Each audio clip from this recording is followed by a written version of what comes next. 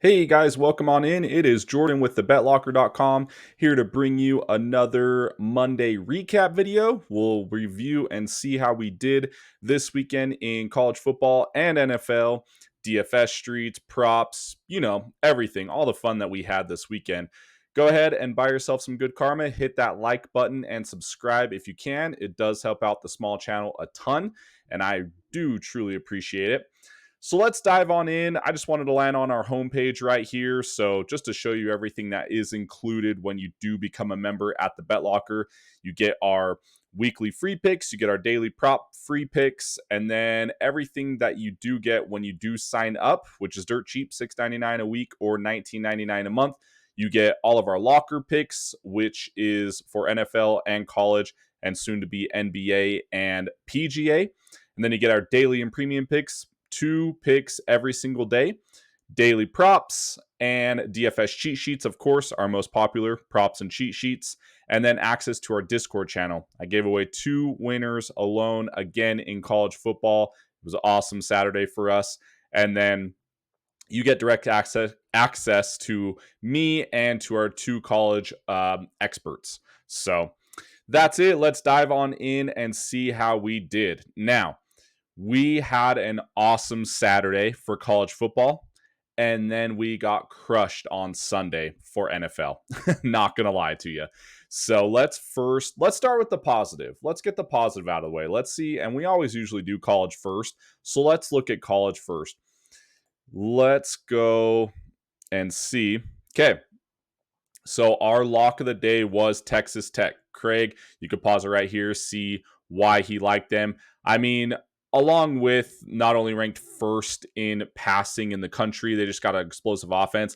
Then they looked really good on defense as well. So Kansas coming in to the Texas Tech. I mean, he just spotted some really good plays that he liked to for them to win by 2 touchdown spread. So I'm trying to pull up the recap here for Texas Tech real quick and see what their stats were. Dun, dun, dun. So bear with me. Yeah, 42-17, easy cover on the spread. It started moving even in Kansas's favor, which usually always does happen when a high spread is on Saturday and then it gets close to kickoff. People start liking to take the points and didn't see it. So that was a finally easy cover for the lock of the day. That was awesome.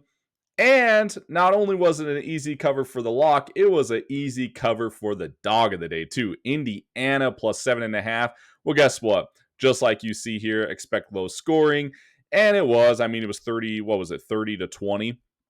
But Johnny B spotted, with this type of game environment, both coming off of bye weeks, and it was just set up perfectly for Indiana to go ahead and go into Oregon and get that steal. I mean, I don't think he even predicted that maybe it was going to be a, you know, like an actual outright win steal. But either way, if you took a money line, you took the insurance, took the 7.5, easy cover, awesome start to the day.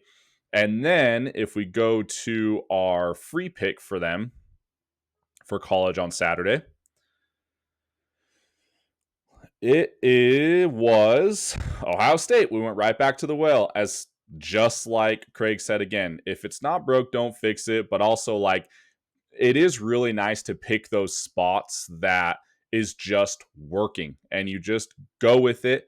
And until they prove you otherwise. This is really true in, and when I get to my prop section, you'll see why I say this, but it's really true in props. It's really true in DFS, and it's true in games as well. Until they prove you otherwise, and if they're on a streak of covering or winning or whatnot, then just go right back to them. And then if they prove you wrong, or if they burn you, then you can decide. But you don't need to make a emotional guess being like, well, I already took them. There's no way they do it again. I mean, that's just completely false.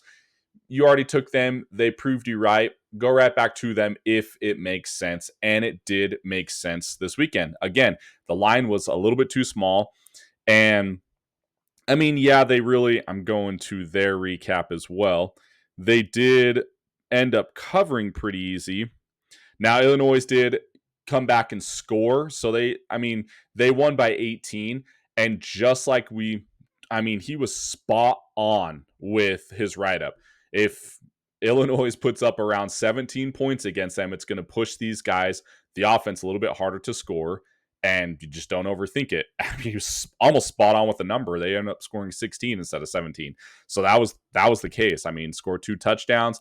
Now, can Ohio State score 4 touchdowns? They have the offensive power to do it. So that's 3-0 in college so far. And where was our other? Oh, our daily. I don't have the daily. I can't go to the daily picks posted because I have our dailies picked out for today as well and posted. But the daily for for college was, and I'll have it right here. It was UNLV. That was our one loss of the day. And they won, but their defense was very shitty, and they gave up a lot of points, so they couldn't cover. The other daily was Missouri +4. If you got it late at +3.5, you still covered. If you got it 10 minutes before kickoff, you got it at +3, so you pushed. So that's still the point of you want to try and get bets in early unless you're going to take an under, then get it in as late as possible. But every other bet, you try and get it. The best line is opening lines or, a day before. So Missouri +4, when we wrote up the number early Saturday morning, they covered that easy. So we had one loss on the day. And in Discord, we gave Notre Dame and we gave Wake Forest. So if you add all that up, that was 1, 2, 3, 4, 5. We went 6-1 on Saturday. It was awesome. We made so many units and bet every single one of these games and made a ton of money on Saturday. Now, let's counter it. We got swept on Sunday. It could not have gone worse for us. Where we went so right on Saturday, we went so wrong on Sunday. And maybe that's a testament to we had 2 brains, college brains, and everything worked out on Saturday for us. And I couldn't say enough about relying on them on what they did for us on Saturday. Now, Sunday got absolutely crushed. Don't overthink it with the Rams. Should have taken the Rams, even though that game was looking scary in the beginning and there's no way they were going to cover. Ended up covering in the end, right? So one thing I wanted to point out, well, let's go over the picks first. Let me show you where I got swept. Saints, they never got it going. Drake May looked amazing and just thought that maybe coming off that emotional win, tough to play at the Saints, but they did not play up to, they didn't hold Drake May at all. And they didn't contain a guy named Keyshawn Boutte. No one expected his name. He was 1% owned in the DFS streets, and he ended up winning the Millie Maker for that 1% person that took him. And that's the spot you have to take. He's either going to be barely min cashing, if not cashing at all, to a transfer of winning $1 million. It's insane. Anyways, we'll get to that when we get to our DFS cheat sheets. But Saints +3.5 didn't cover. Locker picks. I said the same thing about Panthers. Didn't think that they would be able to do that late comeback win. Well, guess what? Rico Dowdle was on a mission again. We were on him in DFS, and he saved our freaking butt cheeks there. But Dallas Cowboys -3. Line was too fishy. Line was too small, and didn't want to overthink it. And guess what? They lost. Javonte Williams was a dud, and that killed us. And Panthers apparently do have comeback wins available at home, even against a good offensive Cowboys, very shitty defensive Cowboys. That showed. Lost there. Titans Raiders over 41.5. That was my favorite pick of the week. Not going to lie. Threw it in Discord, threw it on here. My absolute favorite pick of the week was them. And that's because both defenses are shit and they had enough offensive firepowers on both sides to be able to score points in that stadium. Wrong. The Titans offense is also shit.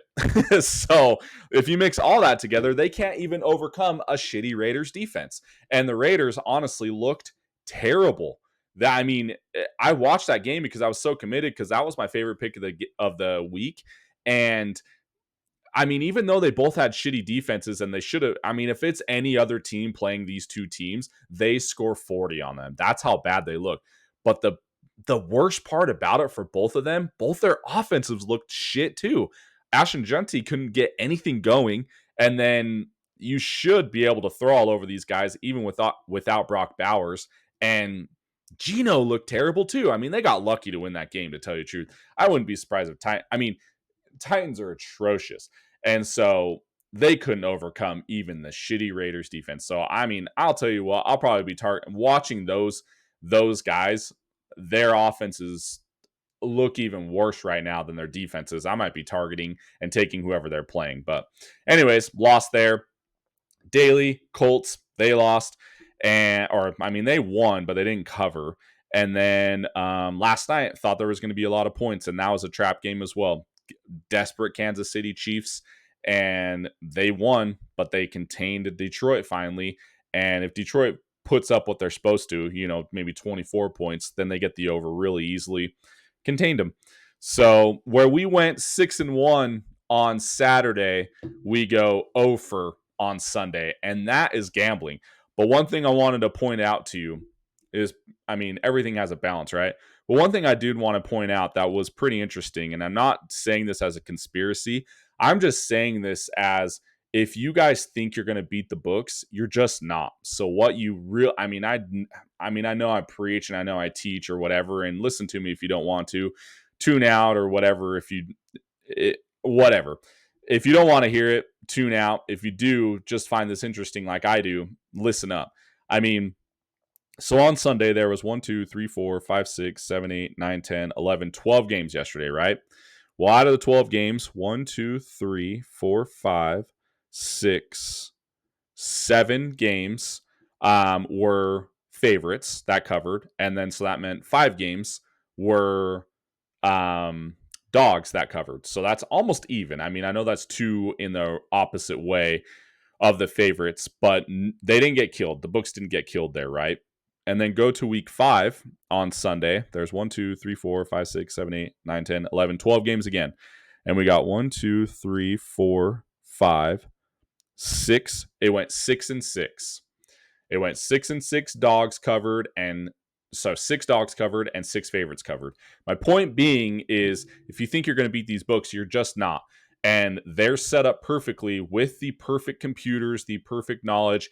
Everything in their algorithm is set up so perfectly that in their perfect world, and I just said that word 1,000 times, but oh well, that they just go split down the middle. They have 6 favorites win and cover, and they have 6 dogs cover, and then they make all their money off the juice. So everyone that is 50%, it doesn't matter because the lines are 110, 120, and whatnot. So then they make that 10 to 20% on every single bet. That's millions upon millions of dollars of profit with zero risk, essentially, right? If I'm wrong, tell me in the comments, please. But my point being is, like, you're not going to beat them, and you got to look for those fishy lines, and you got to have temperament control, and you have to have bankroll management, and you got to just pick your spots where you just pick one game or 2 games that you absolutely love and you live and die by it, and maybe you split it and go 1 for 1, or maybe you win both of them and it works out perfectly. My point is, though, if you bet every single game, unless you're dead perfect or unless you're taking money lines, it's almost impossible. So just depends on where you're at in your gambling career, I guess. It's a dumb term to say it like that, gambling, whatever. But it just depends on what you like to do. If you like to put $5 parlays that aren't going to kill you and pick all games, by all means do it. Over the long term, you're not going to make profit, I wouldn't assume, unless you literally hit a 12-teamer that covers you for an entire year. But maybe $5 parlays, nothing hurts you, it won't kill you in your personal life, whatnot. $100 on a game won't kill you either. But you have to control your emotions. You can't be emotionally betting if you're having a losing day, and you just got to pick your spots and live and die with them and be happy that, and have sound reason on why you pick these guys. I felt like I had sound reason, and everything in my own algorithm, my own sims, my own process, if you will.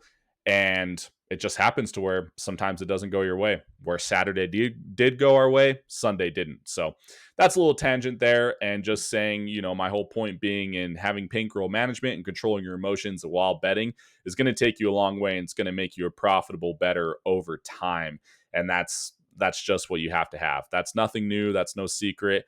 And I don't know if it is a secret, but or no one's heard it before. My point in betting games is you're not going to beat the books, and in a perfect world, they go half one way, half the other, and they make their money off the juice. So having said that, you're not going to pick every single game perfect. You have to get dead lucky and be 1% on that. And so maybe just pick 1 or 2 games and live and die. Maybe you split 1 and 1 and you break even, or you make a 2-unit profit. Perfect. So anyways, long-winded tangent there. Let's go to my best props, which have been crushing, to tell you the truth. In props world, let's show you what we did. Sam Darnold over 22 or 228 and a half passing yards. Bink won it. Jackson Smith-Njigba over 82 and a half receiving yards. Bink hit that in like the second quarter. Jaylen Warren under 48 and a half. My only loss of the weekend. Now, if you go to that game, he got this in like the fourth quarter. Where is it? Oh, I'm in week 5 now. He got this in the fourth quarter, and he got to 52 yards on 11 attempts. They did limit him, and he just got that extra little, I wouldn't say lucky run, but he got that extra little bump to where he went over by 4 yards, essentially. So that hurt, and he was limited like we thought he was going to be. So it was sound reason, and it was perfect. So just didn't go our way. Now, my favorite pick of the week was Garrett Wilson under 55 and a half receiving yards. Pat Surtain, just like if you watch my props video, then you cashed almost all. I mean, you almost cashed every single one besides Jaylen Warren, right? Because Rachaad White also hit his over in rushing receiving pretty easily because he's a workhorse. Bucky Irving was out. We spotted that winner. Anyways, my favorite pick, Garrett Wilson. Pat Surtain is a lockdown guy. And just like I was talking about in the prop bets, look for unders first and then look for overs. Now, Pat Surtain locked down Garrett Wilson just like we thought he would. And that's your spots you have to be looking for. And I know you guys might not have time, and that's where my time comes into play. And that's why you should be watching these, especially for my prop videos, is because a lot of the DFS sims and process studying and whatnot does translate over to prop betting too. And Pat Surtain locks down his receivers, and he locked down Garrett Wilson. And guess what? Justin Fields has no one else to throw to after Garrett Wilson. And I mean, if Josh Reynolds is your leader at 25 yards, then that's crazy. But you hit every single thing if you took Garrett Wilson unders in receptions and yards. So like I was preaching earlier, if it's not broke, don't fix it. Now let's do the Broncos play next week. They play the Giants next week. They don't have Malik Neighbors to lock down, and I would have taken every single under on Malik Neighbors against Pat Surtain. So then you just got to spot the next person. Who is it going to be? Darius Slayton. Easy. His numbers are probably going to be small, but I'm going right back to the well. I don't care. That's the type of stuff that you go to, like Ohio State. If it's hitting and if it's proving you right, just take it until it doesn't.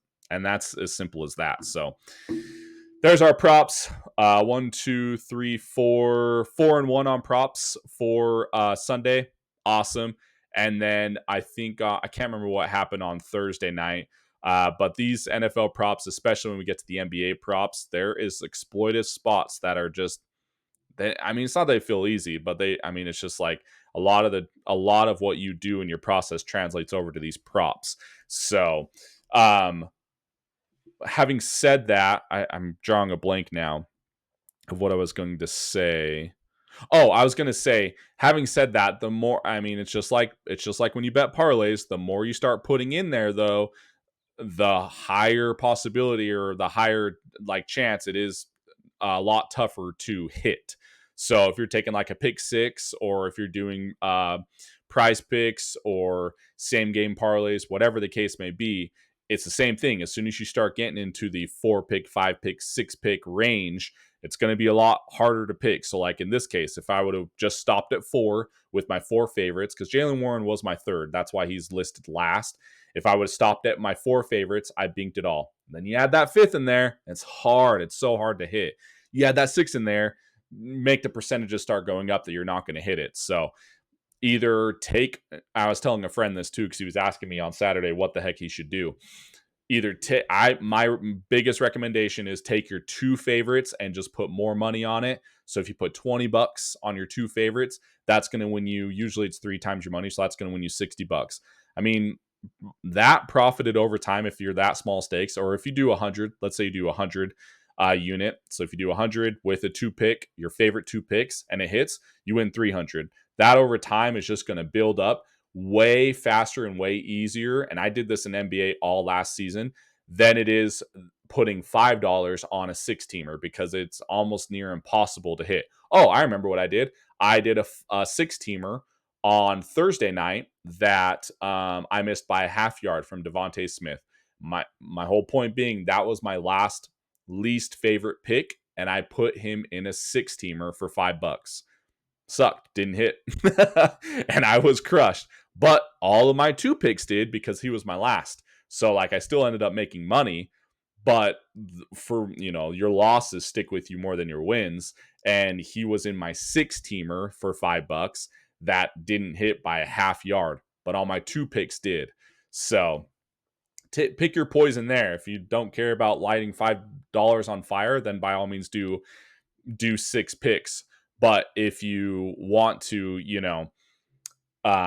this is long-winded again, sorry. But if you want to make more money profit over time, do more money on a 2 picks. And I promise you it's more profitable or more ROI on your money over time. So, okay, that's our props. We crushed it as always. And be on the lookout for our props. I'm making new Monday night props videos because that is our best thing going right now. And I want to get that knowledge out there as much as possible. So I'm making a separate video. So go check that out. It's going to be at the end of this video. You can click on it or just write my YouTube channel. Go watch my favorite props for tonight. Last but not least, our DFS cheat sheet. We had all the right guys again. I had all the right guys in DraftKings again, and just 1 to 2 missing options. I ended up profiting a little bit again. I literally am, if not breaking even, I'm profiting just a hair. But the whole point of it is I'm in the mix every single week. My best lineup was, again, scored 187 points, and I had Josh Jacobs, Ashton Jonty, and Buccaneers defense in the afternoon. But I had Josh Jacobs and Ashton Jonty. I thought I was big on Jonty at the end. I don't have him on this list. I gave him in Discord because I felt that he was in a smash spot, and he did average. He just got 16 fantasy points. He had 1 touchdown, was all. Nothing crazy. Josh Jacobs, he ended up crushing, and I have him right here second after Rachaad White, the workhorse. And he didn't even play like the whole 4th quarter, which was insane. So, and I had him mixed with Drake May. That's who you needed. He was in the $1 million lineup with Josh Jacobs, but you needed Keyshawn Boutte. I had a Drake May skinny with Hunter Henry. The passing was sound, and I had Rico Dowdle in there. A spot, like spot on. Had Ladd McConkey in a smash spot. He crushed. He outperformed his projection for sure. Chris Olave, he didn't outperform his projection. He just did average. Jalen Waddle, same thing, just did average. So, like, I was in a really good spot with Jonty and Jacobs, and then they just didn't perform. So, what did win it was Bryce Young. Look right here. I have Bryce. Where is he? Oh, I don't have him. Oh, I gave him in Discord again. I had him as a stack right here. The Bryce Young stacks in the Hail Mary stacks or the Spencer Rattler stacks, which did okay. They all cashed for me. And then I had the Brian Thomas was my call. And I gave him in Discord because I thought that I spotted some projections and some ownerships that he was going to come right around 10 to 15%. And I felt like he was going to be battling against Seahawks like last week against Jackson Smith-Njigba, and that ended up panning out. So those stacks felt really good. A lot of bringbacks, the Jaguars and the Seahawks stacks. And Bucks did average. I mean, Baker ended up not having anyone to throw to, which kind of sucked. And then Emeka Ibuka goes out. That hurt a lot. So, anyways, everyone else, Javonte Williams underperformed. Trevor Lawrence did really good. I liked his skinny stacks with Brian Thomas. I cashed a lot in those. And Rico Dowdle, as you see, he was not under 10% owned. That's why I put a star here, because if Chuba Hubbard was out, he was not going to be under 10% owned. And lo and behold, that happened. So, and then, like I said, in Discord, I gave Drake May stacks. Did not say Keyshawn Boutte because I didn't see that coming at all. No one did. He was only 1% owned. But Drake May stacks, Bryce Young stacks is what I really liked. And I gave those in the Discord. I felt like there was one more in there. Oh, I went Jonty because I felt like he was in a smash bot and he just did average. So gave those in the Discord because, like I said, and I did wait till Saturday to put this out. I did get news, did get the Bucky Irving news, so put Rachaad White in there. He ended up doing just fine. Josh Jacobs smash spot. But then I still give those late news and late guys that I do like in the Discord. So we ended up having an okay, again, like I said, I profited just barely again, but the whole point is it's still profit. Any profit is good profit. And I'm in the mix every single week to put myself in that top 5, or first place win. And usually you only get 1 to 2 of those a season. And that's for even professionals. Unless they get lucky and they get 2 to 3 wins in a season, then they just had an awesome season. But most of the time you only have 1 week where, if you're not profiting just a bit, you get that 1 week where you make all of your money for the entire season, or the bailout money. So that's historic. You can look that up with any other YouTube channel and whatnot. It's just the way that DFS is. It's just so fun to play and addicting, and that's why we do it. So anyways, had all the right guys again. Just got to be able to know how to mix and match them. So that's it, guys. I hope you enjoyed. If you stayed this long, thank you so much for the support. And I know I had a lot of long-winded stuff there, but I do think that it is educational, especially if you're starting out. Again, the reason why I do that is because a lot of my members are just new to DFS or new to prop betting, or new to betting in general, and just want to be a part of a community. And that's why I wanted to build this, is just to make that community for anyone that wanted to join for dirt cheap. So, buy yourself some good karma, hit that like button on your way out, and subscribe to the channel. It does help out the small channel. Want to get it out into the algorithm and everything like that. So check out my Monday night props video. That is also out right now. And let's make some money. All right, we'll see you guys.